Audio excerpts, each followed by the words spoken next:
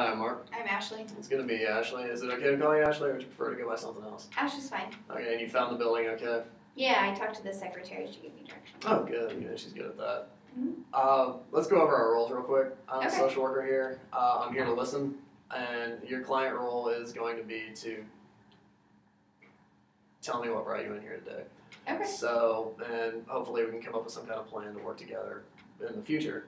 Beyond that, we need to go over some quick agency rules.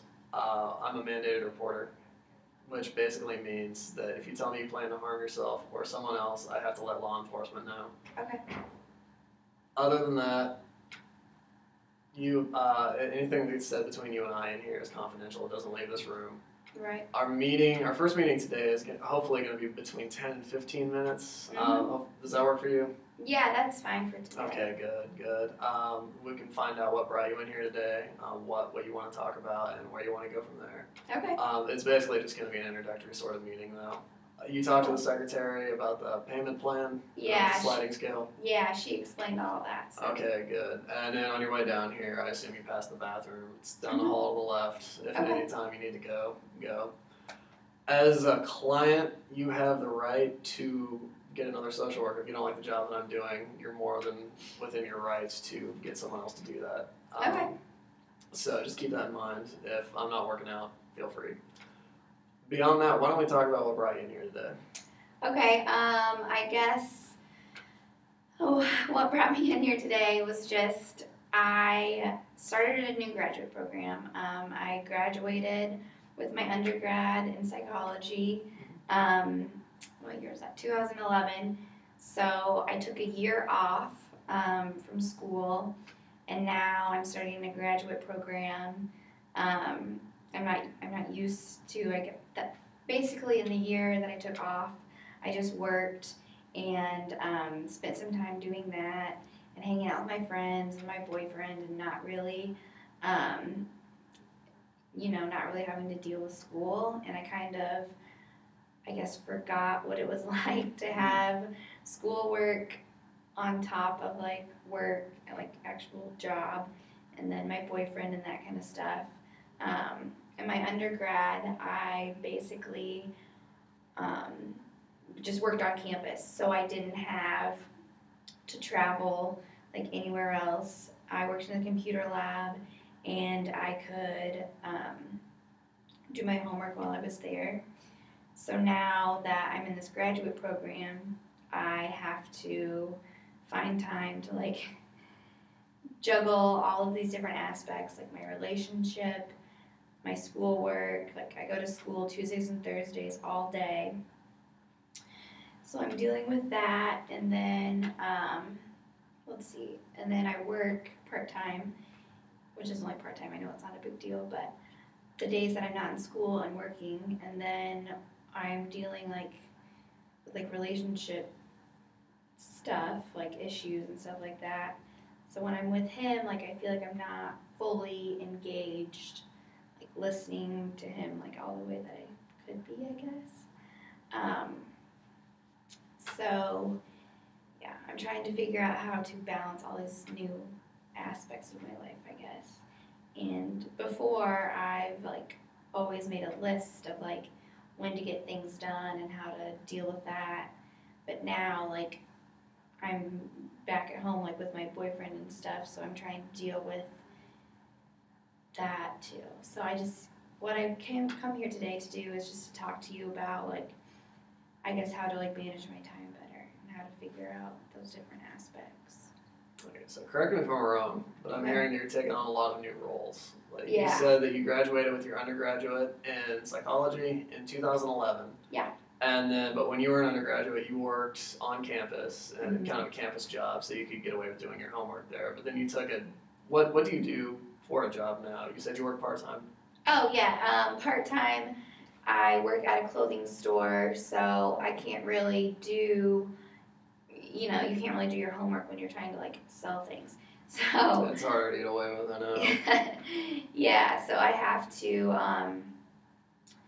kind of manage that, but I can't like multitask, which is what I like doing. Mm-hmm. So I think like with my relationship with my boyfriend, I'm kind of like multitasking there because I'm thinking about school and not like thinking about necessarily what he's saying at you know what I mean? I'm not really like paying attention exactly to everything that is going on between him and I, because I'm thinking about school and work and all that other stuff.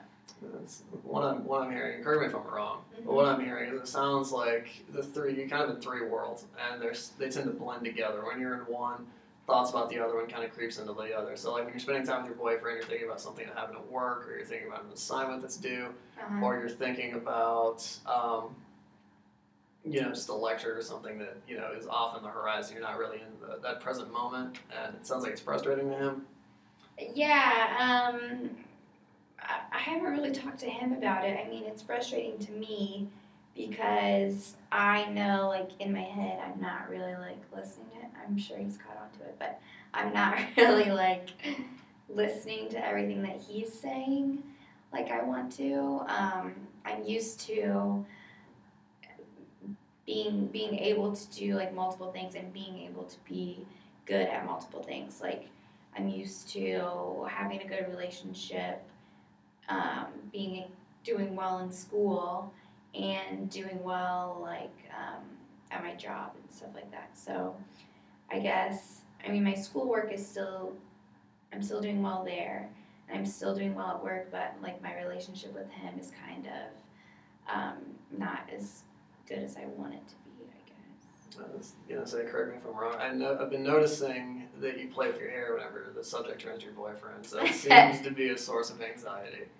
Yeah, I guess you could say that, because I want to be present in the moment when I'm with him and not like thinking about 100 different other things that I have to do. So I'm kind of dealing with that, but hopefully I can figure out how to like manage my time better here, and I guess make sure I get stuff done like for school and for work when I need to get them done, so that way I still have time like to spend with him and stuff like that.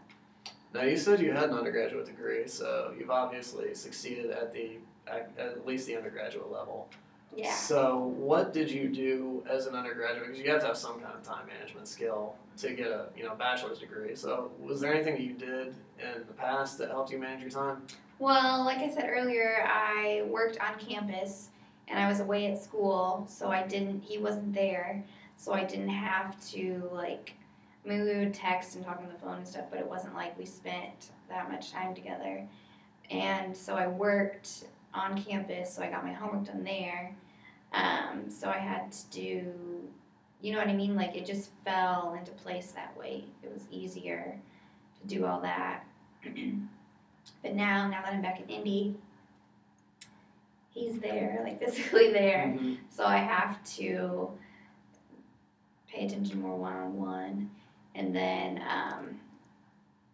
I can't work on my homework at work and kind of multitask that way. So I have to, I guess, try to figure out how to do that better. So did you ever create anything when you were an undergraduate? It sounds like since you two live in the same city now, yeah, his demand for your time is a little higher. Is he in school too, or is he? No, he actually got his doctorate already, and he's done with school. So he's been done. He's a little bit older than I am. I guess he was done last year. So he understands that a graduate program is hard. So I have that benefit, but I still feel almost guilty that I'm not putting as much as I want to in our relationship, I guess. Now you said earlier that he, it doesn't sound like you've communicated some of these things to him. Do you That's see probably right. Do you see any difficulty in that, or? Because I don't know if he feels the same way I do. I guess. No, he's very open, so it's easy to talk to him about these things, but it's just something that I wanted to work on myself and not, I guess I could communicate with him, that makes sense, to do that, so maybe I should do that, talk to him about all this stuff, and maybe it'll be better. Well, we're almost coming to the end of our session, so maybe as a goal for the week, you could try communicating with him some of the multitasking that you have to do, because you said that he's been through this before. Do you know if he worked when he was going through school?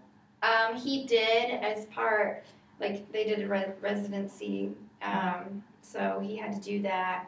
But yeah, I mean, yeah, he knows like what kind of workload it is and stuff. Well, maybe in the next week. I mean, if you want to meet again next week, Yeah. you could try communicating with him some of your concerns about the multitasking that you're faced with. And then, would you like to meet again next week? Yeah, that's totally Is fine. the same time, same place work? Yeah, that works great. Okay, good. And try that, and then we'll start from there and see how that worked for you. Okay. And did you get what you were wanting from this meeting? Yeah, like you said earlier, it's just an introductory meeting, so I'll try to maybe communicate better with him, like the struggles that I'm going through, and see like what we can do. And do you have any final questions? No, I think that's about it.